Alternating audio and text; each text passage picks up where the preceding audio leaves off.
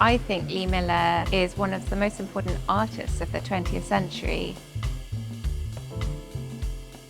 Hello and welcome to the Wick, where we're here at Tate Britain, checking out Lee Miller, the largest UK retrospective of one of the 20th century's most fearless and visionary photographic talents. Let's take a look inside. Here we are inside Lee Miller exhibition, and what many people don't realise is before she was shooting behind the camera, Lee was actually a very prolific model, where she was shooting with the likes of famous photographers such as Ed Steichen.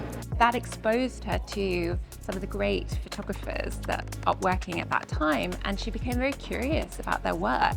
In her own words, she decided she'd rather take a picture than be one. So she turned up in Paris with a letter of recommendation from Steichen at Man Ray's door, completely unannounced, and said, "I'm your new student." And he said, "Well, I don't take students and I'm going on holiday." And she said, "I'm coming with you." That was the beginning of her new chapter.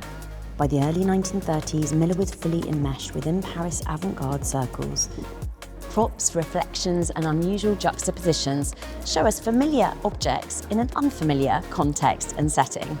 She moves from New York to Paris, from Paris to New York. She's thrown in the towel in New York on the successful commercial studio she was running, because I think she wasn't finding inspiration there anymore. She married an Egyptian businessman and moved to Cairo with never having seen it. After some months, she fell in love with photography again. She lived in Egypt from 1934 to 1939, 5 years. To my mind, they're some of her strangest, most powerful, moving, intriguing and puzzling images. She proposes here new ways of looking at the world. We're not looking at the pyramid, we're looking from it. Miller moved to London in 1939 at the outbreak of war and quickly became a leading fashion photographer for British Vogue. Despite the war, Vogue was still there, capturing it all through Miller's eyes. She was unbelievably courageous, uninhibited about pursuing her dreams. That fearlessness is really expressed so powerfully in her war photography. She produced not only a record of war that was of kind of immediate power, but also of lasting power. She doesn't simplify. She captures, she bears witness. What would you hope for people to take away from coming to visit this exhibition?